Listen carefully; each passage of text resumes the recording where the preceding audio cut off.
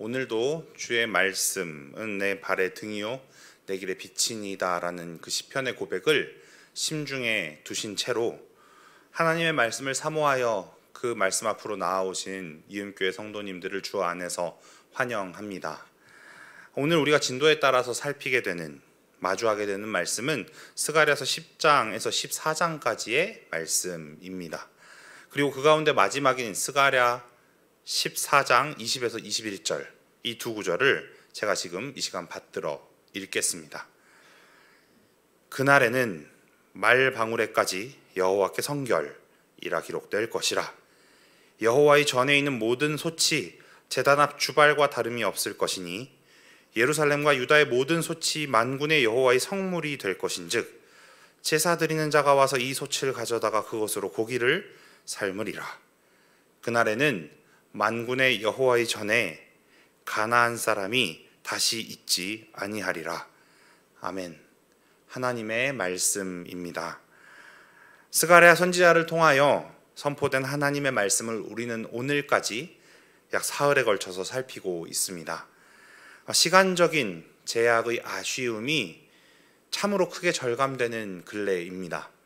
그도 그럴 것이 여러 소선지서들이 각자 한 선지자의 인생 전체, 그리고 그 선지자가 처해 있던 그 정황 전체를 하나님께서 들어 사용하셔서 기록된 말씀이라는 점에서 더욱 당신의 뜻을 드러내시는 이 하나님의 말씀들을 긴 호흡을 가지고 살펴볼 수 없기 때문입니다. 그럼에도 불구하고, 이러한 모든 한계에도 불구하고 주께서 친히 우리에게 말씀으로 다가오시는 은혜를 베풀어 주시리라는 확신을 갖고 성도님들과 오늘의 말씀 앞에 섭니다. 앞서 살펴본 대로 스가랴 선지자는 바로 앞 학개 선지자와 함께 역사적으로는 바벨론에서의 포로 생활을 마치고 귀환하던 시기에 활동하던 선지자입니다. 그리고 예레미야와 또 에스겔 선지자와 같은 특징을 이 스가랴 선지자가 가지고 있는데요. 이 스가랴 선지자는 이또의 손자 베레게의 아들이라고 알려져 있죠. 스가랴 1장에 그 내용이 나와 있습니다. 그리고 느헤미야 12장 16절에 가보면 그 역사서에 스가랴를 제사장 이또 가문의 우두머리로 소개하고 있습니다. 그러니까 예레미야나 에스겔 선지자처럼 스가랴 선지자 역시 제사장 가문, 레위 가문에 속한 선지자로 활동하고 있다는 걸 우리는 알 수 있는 거죠.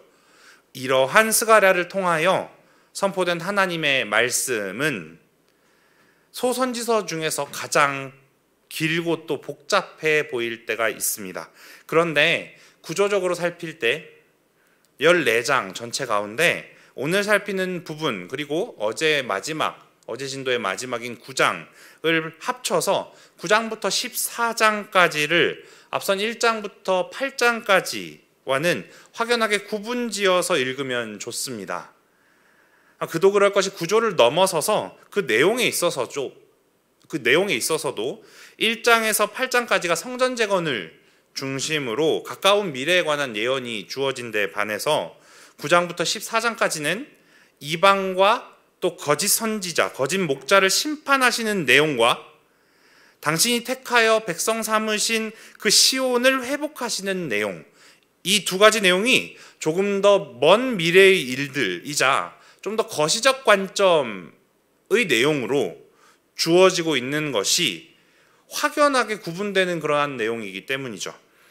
게다가 우리말 성경에는 그 특징이 그렇게 잘 드러나지는 않습니다만 문체적으로도 8장까지의 앞부분은 완벽하게 산문체인데 반해서 9장부터의 뒷부분은 운문의 특징이라고 할 수 있는 평행법이 정말 자주도 등장하는 걸 우리가 보게 됩니다.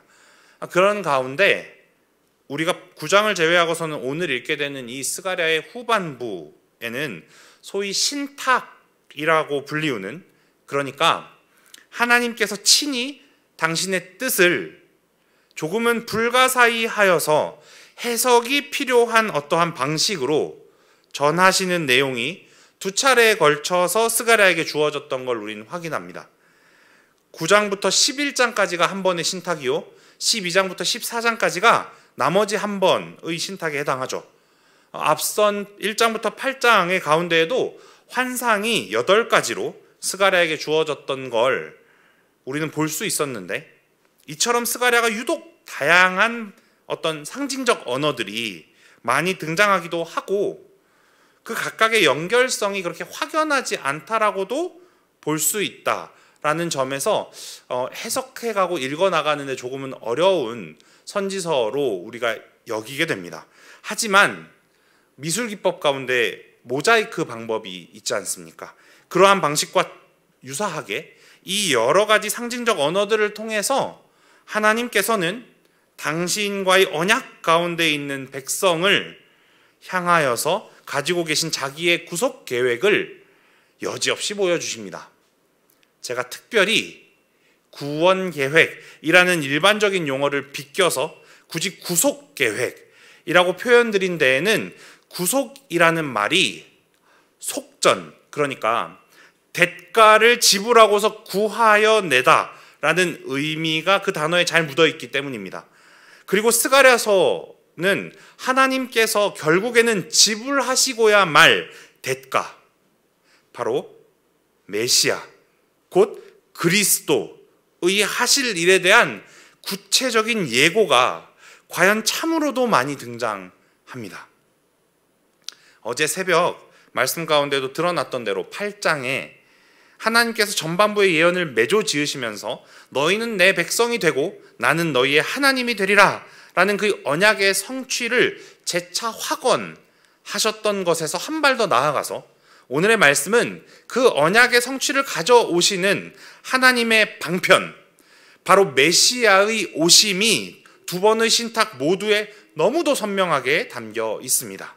먼저 스가랴 9장 9절입니다. 시온의 딸아 크게 기뻐할지어다. 예루살렘의 딸아 즐거이 부를지어다. 보라 내 왕이 내게 임하시나니 그는 공의로우시며 구원을 베푸시며 겸손하여 나귀를 타시나니 나귀의 작은 것 곧 나귀 새끼니라. 우리가 잘 알듯이 예수 그리스도께서 후일 공생애의 마지막 즈음에 이르러 예루살렘에 입성하실 때 바로 이 말씀을 이루시며 어린 나귀를 타셨습니다. 그리고 이 행동은 메시아가 스스로를 높이는 군주가 아니라 자기를 낮추시는 왕이신 것을 나타내 보이는 소위 행동으로 행하여질 예언이라고도 스가랴는 알려주는 거죠. 그 낮아지심이 어느 정도였는지를 잘 나타내주는 예수 그리스도의 말씀을 마가는 전해줍니다. 인자가 온 것은 섬김을 받으려 함이 아니라 도리어 섬기려 하고 자기 목숨을 많은 사람의 대속물로 주려 함이니라. 그리고 이 메시아의 하실 일에 대해서 스가랴 선지자는 앞선 9장 9절에 바로 이은 10절에 명확하게 그 하실 일이 어떠한지, 그래서 그 하실 일을 통하여 성취되는 그 모습이 어떠한지를 이어지는 구절에 선언하고 있죠. 내가 에브라임의 병거와 예루살렘의 말을 끊겠고 전쟁하는 활도 끊으리니 그가 이방 사람에게 화평을 전할 것이요 그의 통치는 바다에서 바다까지 이르고 유브라데 강에서 땅끝까지 이르리라. 이분이 우리가 이 생에서 접할 수 있는 그 어느 세상 나라의 왕과 본질적으로 다르다는 게 바로 여기 통치 범위를 통해서 드러납니다. 바로 이 메시아는 실로 우주적인 왕인 걸 우리가 확인하게 되는 것이죠. 그리고 이분을 오늘 본문 가운데 두 번째로 나오는 신탁에서는 12장 10절에서 다시금 마주합니다. 다른 모습으로 말이죠. 두 번째 신탁을 시작하시며 하나님께서는 당신의 택한 백성을 보호하시고 그들을 강해지도록 인도하신다고 말씀하십니다. 그런 가운데 10절과 같은 말씀이 주어지죠. 12장 10절입니다. 내가 다윗의 집과 예루살렘 주민에게 은총과 간구하는 심령을 부어주리니 그들이 그 찌른 바 그를 바라보고 그를 위해 애통하기를 독자를 위하여 애통하듯 하며 그를 위하여 통곡하기를 장자를 위하여 통곡하듯 하리로다. 여기서 그들이 그 찌른 바 그라고 되어 있는 이 표현은 원문대로는 그들이 나, 곧 그들이 찌른 자라고 읽을 수 있는 표현입니다. 다름 아니라 성자 하나님이신 예수 그리스도께서는 과연 그리스도의 십자가에 달려 계실 때 로마 군인의 창에 찔리심으로 바로 여기서 이 예언을 몸소 성취하셨습니다. 이러한 메시아를 마주하는 심령에 하나님께로부터 부어지는 은총과 그 간구하는 심령은 메시아 앞에 자신의 죄를 깨닫고 주의 은혜를 바라보도록 하시는 그 하나님의 그 은혜로운 일하심이라고 하겠습니다. 그리고 이러한 메시아로 인하여 일어날 일은 이 두 번째 신탁에서는 바로 이어지는 13장 초반에 등장합니다. 13장 1절입니다. 그날에 죄와 더러움을 씻는 셈이 다윗의 족속과 예루살렘 주민을 위하여 열리리라. 여기의 동사는 문법적으로 단순히 미래에 일어날 일을 묘사하는 표현이라기보다는 앞서 13장에서 살폈던 12장에서 살폈던 메시아의 일하심으로 인하여서 그 후로는 계속하여 열려 있을 것이라는 의미를 담고 있습니다. 뭐가 열려 있단 말인가요? 죄와 더러움을 씻는 셈 말입니다. 이 외에도 오늘 본문 가운데 첫 번째 신탁의 내용 가운데 11장 12절 그리고 13절에 보면 예수 그리스도께서 은 30에 가룟 유다에게 팔리시고 후에 그 은 30이라는 값이 토기장이 밭에 던져질 것에 대해서도 이스가랴 선지자를 통하여서 예언되어 있는 걸 우리는 마주할 수가 있습니다. 이와 같은 메시아의 오심에 대한 내용이 담긴 이 두 번의 신탁은 동시에 그 메시아 앞에 온 피조계가 나뉘어서 심판 그리고 구원을 각각 경험하게 되리라고 지속적으로 선언하고 있는 걸 우린 오늘 진도의 내용에서 수차례나 읽게 됩니다. 하나님께서 자기 백성, 자기 자녀를 구하여 내시기 위해서 지불하시는 속전, 그 대가는 너무나도 명백하고 충분함을 넘어서 분에 넘치는 것 역시 우리는 확인하게 되는 것이죠. 그런 가운데 스가랴는 이 책을 마무리하며 오늘 읽었던 본문의 말씀처럼 그날에 있을 마지막 모습을 소개합니다. 바로 오늘 읽은 본문 말씀이죠. 그것은 그날에는 말 방울에까지 여호와께 성결이라고 기록될 거랍니다. 여호와께 성결이라는 이 말은 사실 이전의 시대에는 대제사장의 관에 순금으로 새긴 폐에 적힌 글귀였습니다. 그러니까 완성된 하나님의 나라에서는 대제사장만이 쓰고 가는 관의 폐만이 아니라 말의 방울에까지도 이 거룩함이 담기게 된다라는 그런 의미인 것이지요. 전쟁용으로 그 당시에 사용되던 말의 용도가 완전히 바뀌어진 걸 우리는 여기서 확인하게 됩니다. 그리고 모든 소치, 여호와의 성물이 되어 고기를 삶게 될 거랍니다. 그 나라에는 죄, 다름 아니라 하나님을 거스르는 그 어떤 것도 없을 것이라는 말입니다. 존재하는 모든 것들이 거룩할 것이라는 말이죠. 모든 것이 거룩하다. 이 말이 참으로 요원하게 여겨지실 수도 있겠습니다.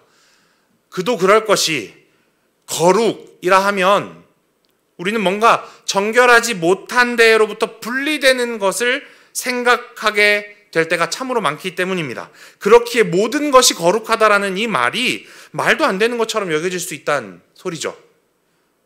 그런데 사실 거룩이라는 건 부정한 데로부터 분리되는 것이기 이전에 모든 존재의 근원이신 하나님과의 연합을 의미합니다.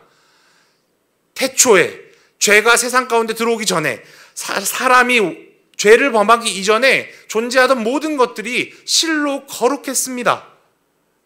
그 존재하던 모든 것들이 하나님과 연합하여 하나님과의 교제 가운데 있었기에 거룩했다라고 말할 수 있는 것처럼 말입니다. 그리고 바로 이러한 의미를 담아서 지금 여기서 스가랴를 통하여 하나님께서는 종국에 우리가 맞이할 완성된 하나님의 나라의 어떠함을 보여주십니다. 모든 피조계가 온전히 하나님과 연합하는, 그래서 오로지 하나님만을 예배하고 그와 교제하는 바로 그러한 복된 나라가 우리에게 예고되어진, 우리에게 예언되어진 하나님의 나라인 것입니다. 헌데 이러한 완성된 하나님의 나라는 예수 그리스도께서 약속하신 대로 다시 오시는 그 최후의 그날에, 예수께서 다시 오시는 그날에 이루어질 것입니다. 이미 시작되어 완성을 향하여 나아가고 있는 이 하나님의 나라, 그래서 신약의 요한계시록 19장에서는 천년 왕국이라고도 표현되어 있는 예수 그리스도의 초림과 재림 사이에 이 시기를 주신 믿음을 가지고 살아가는 우리는 오늘 스가랴서를 비롯하여 앞선 다니엘이나 신약의 요한계시록에서 예고된 대로 녹록하지 않은 시기를 보내게 됩니다. 보내고 있습니다. 하지만 그러한 정황이 하나님께서 우리에게 명확하게 약속해 주신 그 완성을 취소할 수는 없습니다. 바로 여기에 우리 그리스도인들의 든든함이 있습니다. 바라기는 오늘 말씀에서 예언된 대로 역사 가운데로 들어오셔서 영원한 죽음 가운데 놓인 우리를 측량할 수 없는 대가를 지불하시고 사신 그 예수 그리스도를 인하여 선물 받은 것이 신자로서의 오늘이라는 하루임을 기억하시며, 거기서 더 나아가 완성되어 영원할 하나님 나라를 대망하며 마주하는 현실을 넉넉하게 감당해 가시는 저와 여러분 되기를 소망합니다. 함께 기도하시겠습니다. 하나님 아버지, 감사합니다. 오늘도 주신 이 하루를 시작하며 주께서 허락하신 말씀으로 위로를 얻습니다. 주님, 저희들의 눈을 들어서 눈에 보이는 여러 가지 것들을 살펴보노라면 사시나무 떨듯 떨리게 되는 것이 우리들의 정황입니다. 그런데 주님, 우리에게 약속하신 나라가 있습니다. 그리고 그 약속의 근거, 그 약속하신 나라가 우리에게 주어지는 단 하나의 대가, 가치를 측량할 수 없는 예수 그리스도의 그 모든 일하심은 과연 성령 하나님을 통하여 우리 각자에게 적용되어 우리로 하여금 영원한 그 한 나라를 고대하게 만듭니다. 하나님, 오늘 이 하루를 살며 우리의 시민권이 하늘에 있다라는 것을 경험하며 살아가는 복된 우리 모두 되도록 인도하여 주옵소서. 이어지는 기도의 시간 가운데에도 성령 하나님 우리를 당신의 뜻 안에 기도하게 하실 것들을 기대하며 예수님 이름으로 기도드렸습니다. 아멘. 이제 주어지는 몇 가지 기도 제목들로 함께 기도하시며 개인의 기도 제목 가운데 더욱 깊이 기도하시는 시간 갖도록 하겠습니다.